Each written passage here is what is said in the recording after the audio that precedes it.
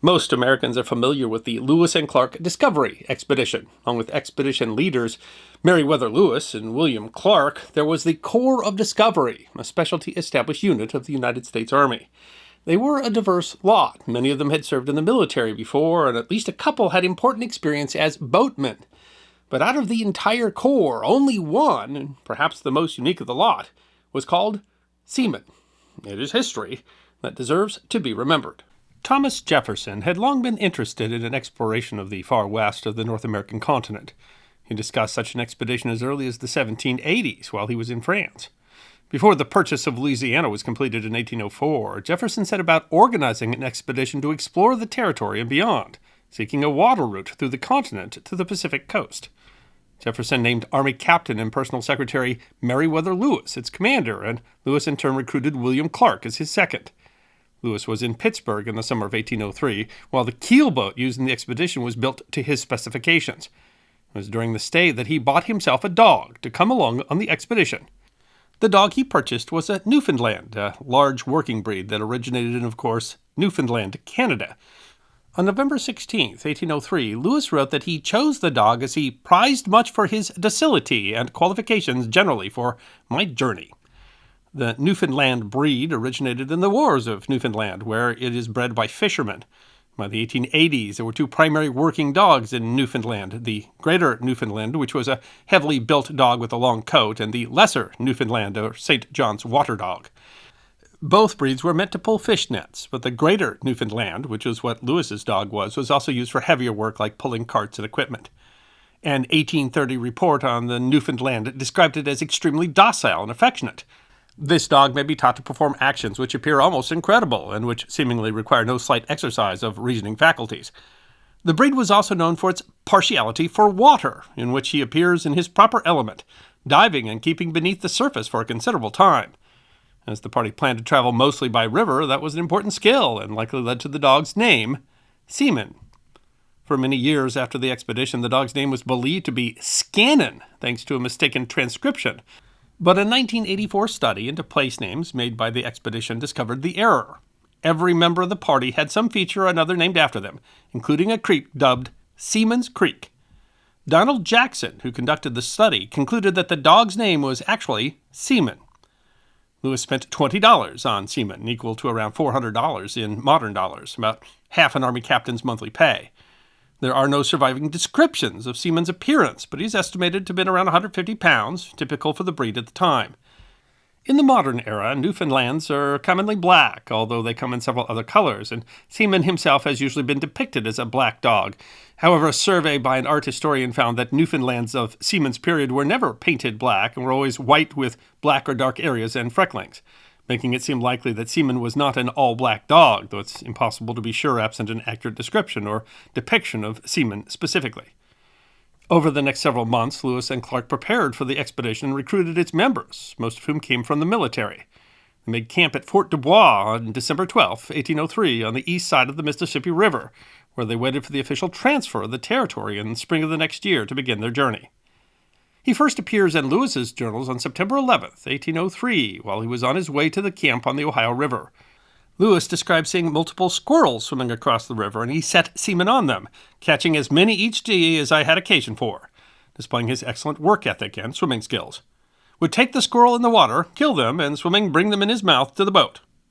On November 16th, at the mouth of the Ohio River, an interested Shawnee man attempted to buy Seaman for 3 beaver skins, but given what Lewis had spent on Seaman, he thought 3 beaver skins was no bargain. The party departed west of Camp Dubois on May 14th, beginning their journey across the continent up the Missouri River under Clark. Lewis was then in St. Louis, and on May 21st, they left from St. Charles, Missouri, west along the Missouri River. They passed the westernmost European settlement on the River Missouri 4 days later. On July 5th, Seaman was noted to have chased several beavers out of their lodge, and his proclivity for chasing beavers would later have serious consequences. For much of the journey, Seaman's job was to assist in hunting, retrieving geese and other downed birds, protecting the camp at night as a guard dog, and generally keeping the party company.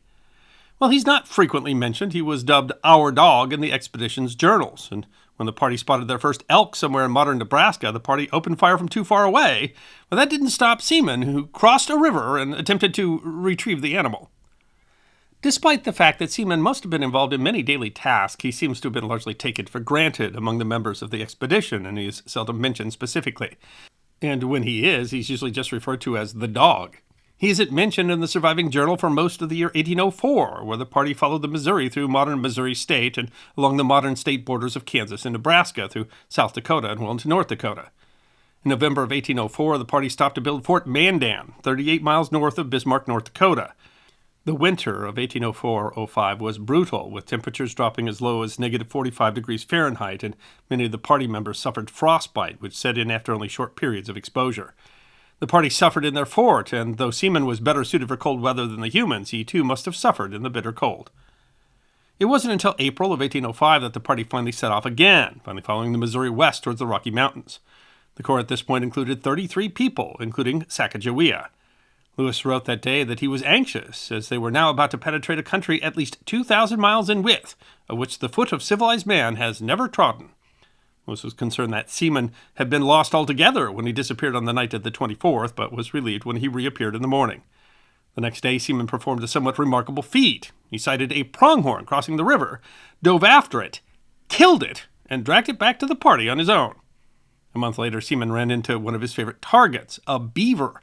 A member of the party shot one, and Seaman dove in to retrieve it, only to be bitten. The beaver was apparently only wounded. The injury to his leg was serious and nicked an artery, and it speaks to his usefulness and the bond that the party had made with the animal that they strove to save the animal anyway, performing a hasty surgery to stop the blood flow. Despite stopping it, Lewis still worried, writing, "I fear it will yet prove fatal to him." 10 days later, while the men were camping, a bison crossed the river only to find himself in the corps camp. Startled, the bull ran up the bank in full speed directly towards the fires and was within 18 inches of the heads of some of the men who lay sleeping before the sentinel could alarm him or make him change his course. He then turned directly towards where Lewis and Clark slept, charging through several fires and again missing sleeping men by mere inches. Despite his injury, Seaman was sufficiently recovered to save the day, driving the bison away by diverting it to the right and letting it lumber off into the dark. No one was hurt, but in climbing on shore, the bison had damaged one of the boats, a rifle, and the boat's swivel gun. As the party continued, Seaman became nervous in the night thanks to large numbers of bears attracted to the camp because of ample meat left unattended. Ever alert, the big Newfoundland served the party well by keeping the bears away from the camp. Lewis wrote that, "My dog seems to be in a constant state of alarm with all these bears." Making their way across Montana, both man and dog suffered from the ever-present needle and thread grass, which had a sharp barb that went through the party's moccasins, along with prickly pear and yellow pincushion cactus. Lewis wrote that, "My poor dog suffers with them excessively. He is constantly biting and scratching himself as in a rack of pain." In August, the party stopped for about a week at a place they called Camp Fortunate, along with a group of Shoshone, Sacagawea's people. As was common when they met with Native Americans, the Shoshones were especially impressed with Seaman, who dwarfed the natives' dogs, as well as Seaman's sagacity, as Lewis described it, meaning quick of scent or thought. Seaman had an enviable position as the only non-human member of the expedition. And while Seaman struggled along with the other members, it seems there was never any consideration of eating him, even when the food was scarce. It wasn't that most of the Corps was opposed to eating dog. They traded for at least 200 dogs from Native Americans that they ate when other food was hard to come by. All except for Clark, who couldn't bring himself to eat man's best friend. It was in August of 1805 that the party first crossed the Continental Divide. They were able to trade for horses to cross the mountains. They finally began crossing the Bitterroot Mountains in September and struggled in deep snow. They also ran out of food, were forced to eat some of the colts they had bought from the Shoshone and other tribes. From there, they continued along the waterways until they reached the Columbia River in October, and on November 15th finally reached the Pacific. Seaman survived the perilous journey, becoming one of the first dogs to cross the continent, or at least most of it, as he had started in Pittsburgh. Scottish explorer Alexander Mackenzie, the subject of another episode of The History Guy, seems also to have brought a dog on his journey across the continent. They remained on the coast for the winter in another fort that they called Fort Clatsop, near modern Astoria, Oregon. The winter was a miserable one, and it rained nearly every day. They left on March 23rd on the return journey. While in Oregon, on April 11, 1806, the Corps arrived at the Cascades of the Columbia. A large number of Watlala Native Americans crowded the Corps as they attempted to carry the canoes overland in the rain. And this particular group of Native Americans were particularly annoying to Lewis, who said that they were the greatest thieves and scoundrels we have met with.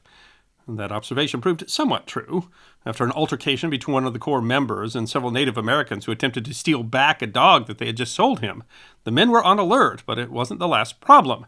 That evening, 3 of this same tribe of villains stole my dog, Lewis wrote. Told of the theft, Lewis sent 3 men after the thieves, with orders if they made the least resistance or difficulty in surrendering the dog, to fire on them. Fortunately for everyone, the tribesmen abandoned Seaman at the first sign of pursuit, and he was brought back to camp safely.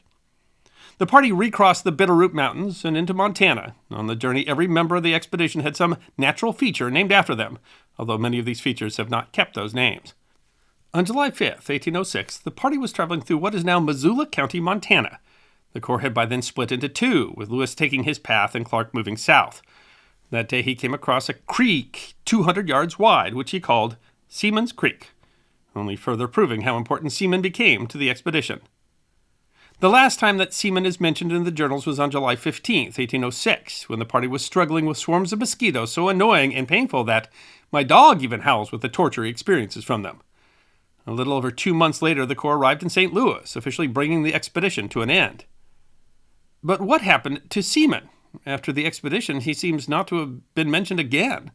A variety of theories have been postulated, including that Seaman died before they reached home, but the lack of any mention of his death, however, seems to support the idea that he returned to civilization safely.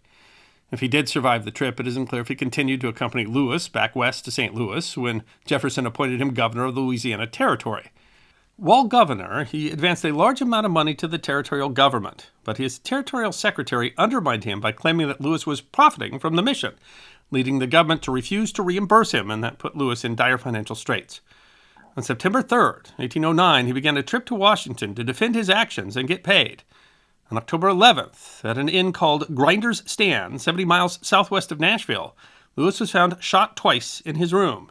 He died just after sunrise. There remains some doubt over whether the death was murder or suicide.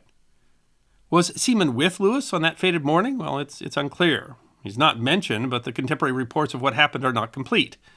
In 1814, a clergyman and educator named Timothy Alden published a collection of American epitaphs and inscriptions with occasional notes. Alden collected a lot of epitaphs. The collection spanned 5 volumes.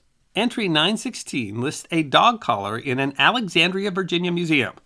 Alden copied an inscription on the collar which said, "The greatest traveler of my species. My name is Seaman, and the dog of Captain Meriwether Lewis, whom I accompanied to the Pacific Ocean through the interior of the continent of North America."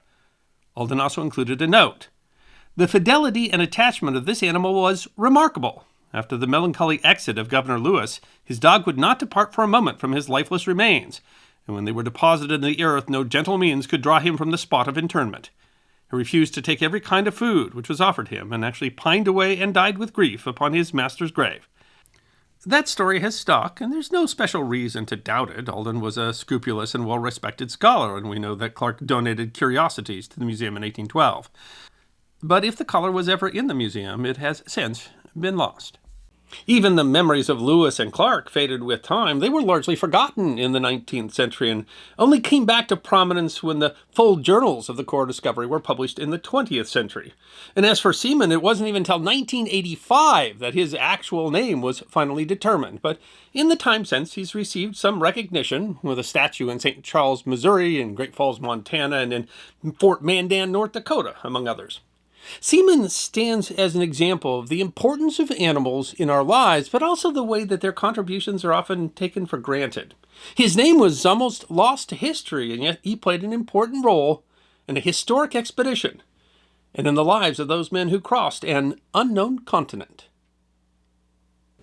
I hope you enjoyed watching this episode of The History Guy, and if you did, please feel free to like and subscribe and share The History Guy with your friends. And if you also believe that history deserves to be remembered, then you can support The History Guy as a member on YouTube, a supporter on our community and locals, or as a patron on Patreon.